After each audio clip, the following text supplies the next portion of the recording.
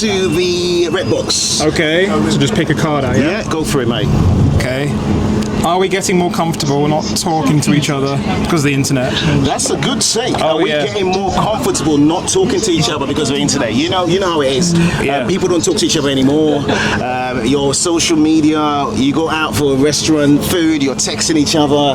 No one wants to talk to each other anymore. Yeah. Is it getting more comfortable because of the internet? Because you can say, do you know what? I'll see you online. I'll go a bit further. I think it's people are becoming more uncomfortable talking to each other in person. That is true. The idea of like approaching someone, the social anxiety, the idea of texting people, and this is every situation from friends to family to if you're single, you're going to try and pick someone up like a guy or a girl and stuff. You do it online. You don't have the courage. Tinder. People are going on Tinder and swiping, all this swiping stuff going on. Or just like even in my days, you have to approach and have a proper conversation. Yeah, but I think there's people they're not going out, they're not drinking, they're not socialising as much. It's cheaper. Things are so expensive now, so people are scared. Yeah. So do you blame it on the internet? Because obviously the internet's done a lot of good things. Launched a lot of businesses. Yeah. A lot of companies. Mark Zuckerberg became successful. Yeah. But we have to look into Mark. Mark used to be socially inept. Yeah. You know what I mean? Yeah. Well, he's now letting us become socially inept. Well, everyone's become like Mark Zuckerberg, basically. Do you know what I mean? So he's designed the perfect app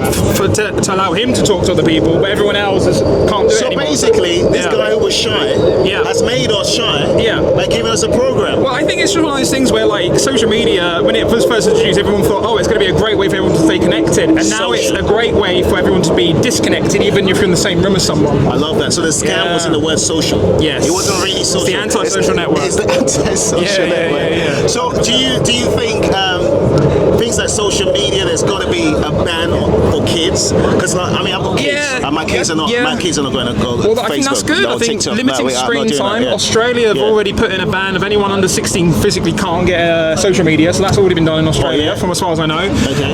I limit myself to screen time. Actually, I'm doing like a 100-day challenge with a friend now, where it's just no social media, no short form content. How would you survive, mate? How would you survive? I don't know. Do you know what? It's straight up a lot more of my day, and it's actually fun. There's no like algorithms that pull you into dark places. It's good. So do you think social media leads to a lot more ADHD and social anxiety? Yeah, I think the idea of like there's so many people, even at my age, I'm 33, like they're unable just to watch a movie or watch a TV show. They always have to have two screens. They'll have something in the background. And it's like, whereas if you didn't have that, you'd have to you'd train yourself to watch one thing. That is true.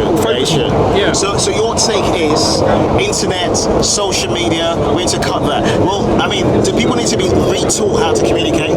Because obviously, if you spend years just texting, social media, liking, commenting, and now they put you in a room with someone and say, hey, now communicate. If I'm gonna, you need to be taught how to communicate. How would you do it? Do you know what? If I'm going to be positive about this, which is weird, like I think it's like anything that's new that's introduced, like cigarettes or alcohol or vaping, there's this huge uptake, and then legislation and people's attitudes, people have to naturally come to the conclusion, right, social media, too much of it is bad for you. And I think that it's the same with like fast food and food. Like over time, we will sort of realise this is not good. If we have too much, it's not healthy. Then we'll have to cut back. But it has to be a societal change. Definitely. Do you know what? I 100% agree with that. Do you know? I'll give you the bell on this one, mate. I 100% agree with that. 100% agree with that.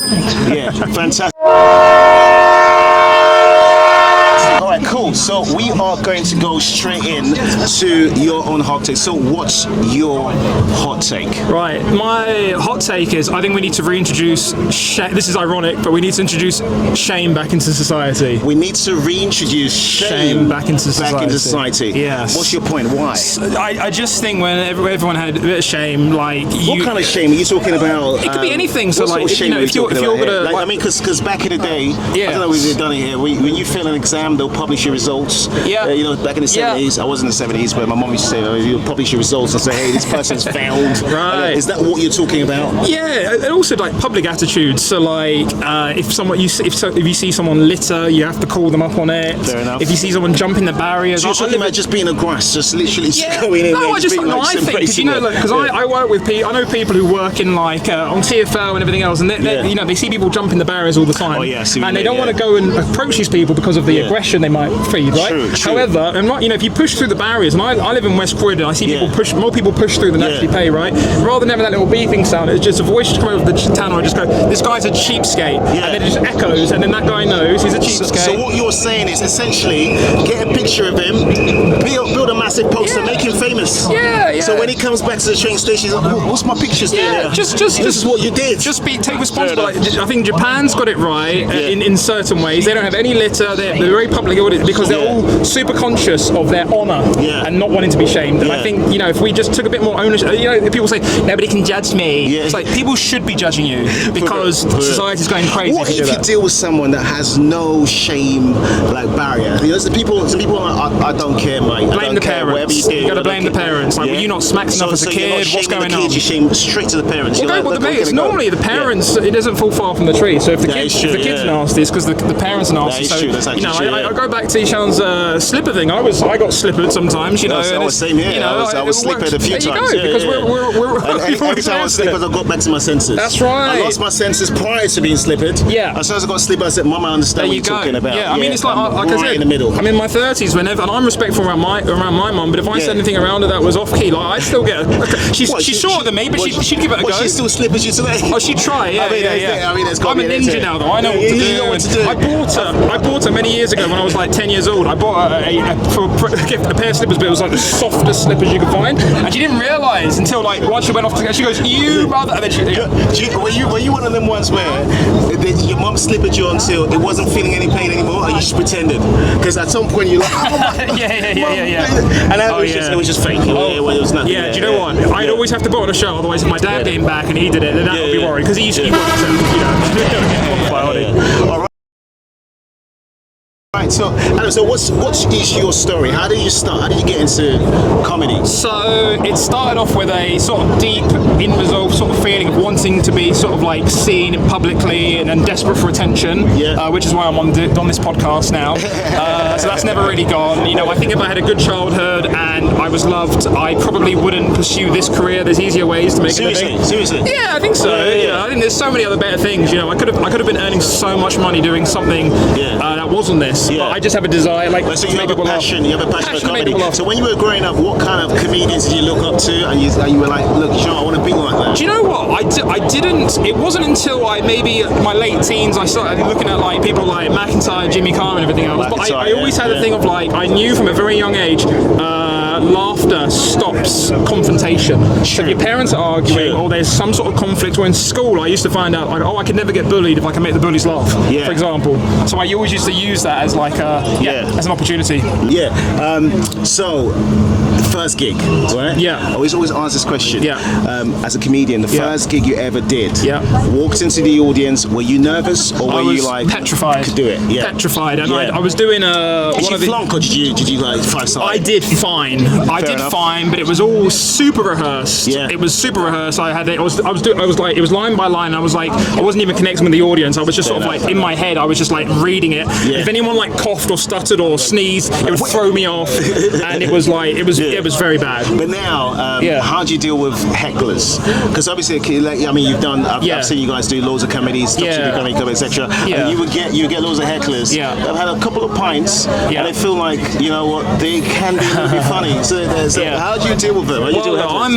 I'm 10 years in now, so it's like nothing phases me. I've had people come up to me after gigs. Or you don't love it? Because some people are like, if someone starts heckling, you're like, fantastic. Any comedian will tell you hecklers are never ideal unless they're part of the show dynamic. Right. Like it's a late show. I mean, I've had every possible scenario. I've had people approach me after the gig trying to be like confrontational because of the jokes I've told. I've had pints thrown over me. I haven't had anyone like physically attack me like Will Smith or Jim Jeffries. Exactly. But nothing. I mean, like if someone's drunk, I feel like kind of pretty bulletproof. I can put them down. So if you have someone heckle at you, what do you do?